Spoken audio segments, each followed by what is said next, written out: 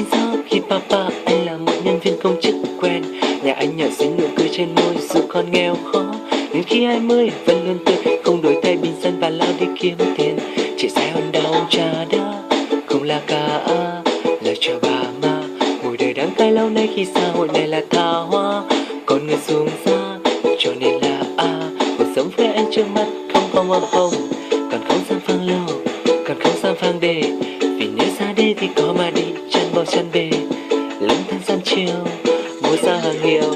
Vậy thì em yêu ơi, em có yêu anh không? Em có yêu anh không? Hay là dù thế nào thì em cũng phải nói em có yêu anh không? Em có yêu anh không? Em có yêu không? Nếu như em ok, hai ta sẽ tiến xa,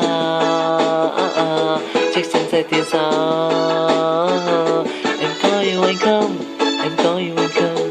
Em có yêu anh không? Em ơi em có yêu anh không? Cuộc đời anh xa hoa bởi vì anh có một ông bà chịu rất to mà còn lại nhiều lộc lá. Cứ thế xong em ơi sao mà phải suy nghĩ gì, bởi với anh đêm đây là mây tí.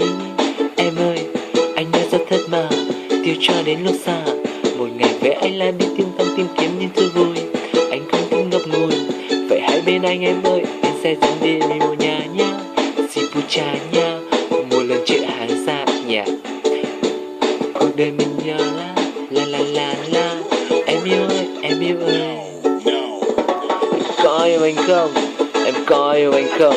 Em có yêu anh không? Hay là dù thế nào thì em cũng phải nói em có yêu anh không? Em có yêu anh không? Nếu như em ok, hai ta sẽ tiến xa, chắc chắn sẽ tiến xa. Em có yêu anh không? Em có yêu anh không? Em có yêu anh không? Em yêu ơi, em có yêu anh không? Một bài hát chỉ mang tính giải trí thôi nhá, các bạn đừng có mà nghĩ suy nhiều. Chứ bản thân mình nghĩ bây giờ các bạn vẫn cứ thích sống hưởng thôi nhỉ. Ok, có yêu anh không? Em có yêu anh không? Em có yêu anh không? Hay là dù thế nào thì em cũng phải nói em có yêu anh không? Em có yêu anh không?